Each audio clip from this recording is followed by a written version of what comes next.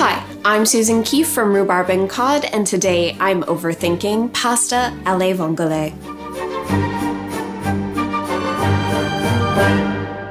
When I first started this series, I knew this dish had to be included.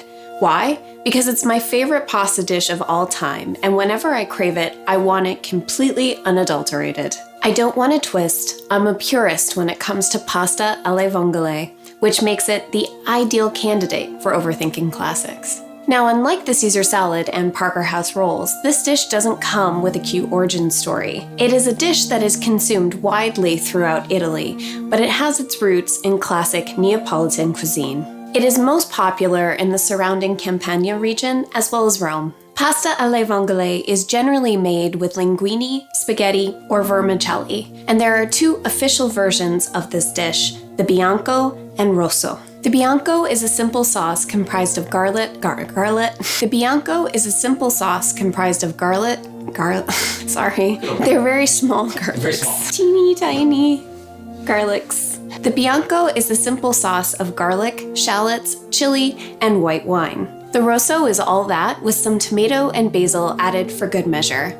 Today we're making a bianco with linguine because that's my favorite and this is my show. Some American Italian versions of this dish add butter and cream, so if you're down with dairy, those are good options for you. But for me, I prefer to keep my flavors clean and simple when I'm working with delicate seafood, and clams certainly are that. They're very prone to overcooking, so there's absolutely no dawdling allowed in this recipe. Stressful? A little bit. But look at it this way, this is truly an express meal. No shortcuts required. Everything in this recipe should be fairly high quality because there's so little going on. There is nowhere to hide.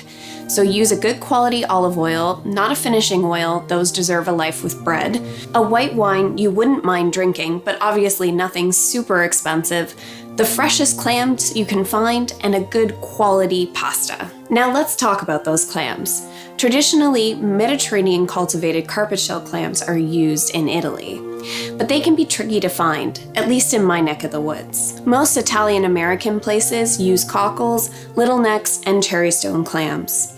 I went with Manila clams because they have this shock of purple on the interior of their shells that I cannot deny. They are also a very sweet and tender variety of steamer clam and are the most widely cultivated in the world, so your chances of finding them are greater. Make sure you purchase your clams from a high-quality seafood counter with high turnover.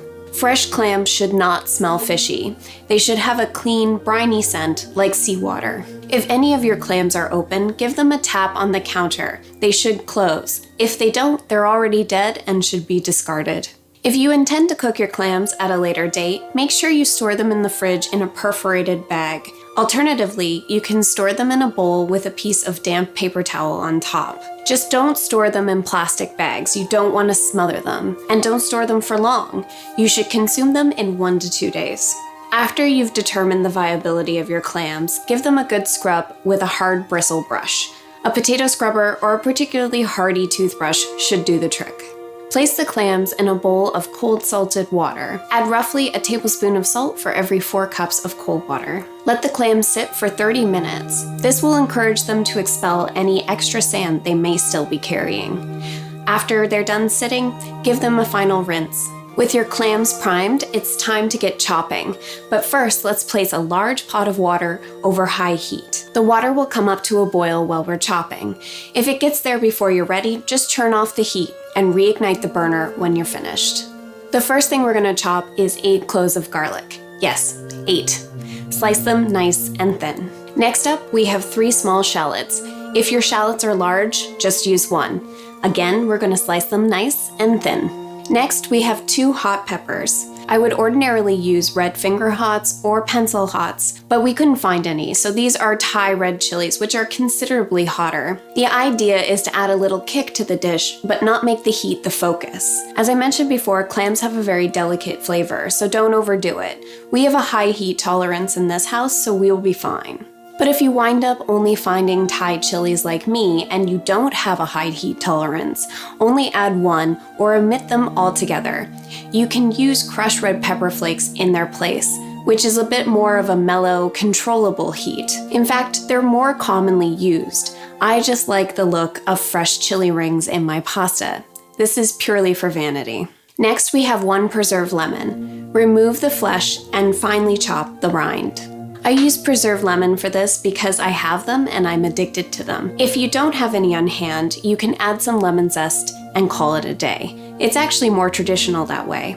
I just like using preserved lemons because they add a little bit more salt and fermentiness to the dish. That's totally a word, by the way.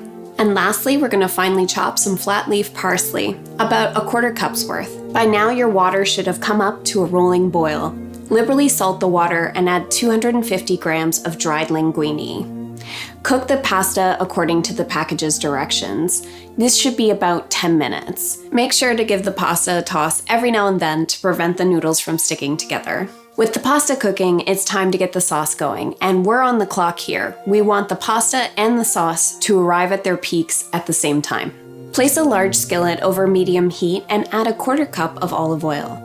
Once the oil is shimmering, add the shallots, garlic, chilies, and preserved lemon.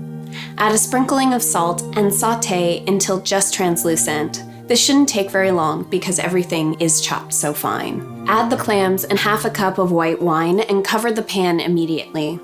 Set the timer for 5 minutes. After the 5 minutes have passed, remove the lid.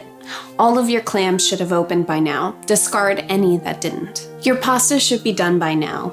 Remove 1/3 cup of the pasta water and drain the pasta. Add the pasta to the skillet along with a splash of the pasta water. Don't add it all at once. You might not need it all. And you might wind up with soup, only speaking from experience.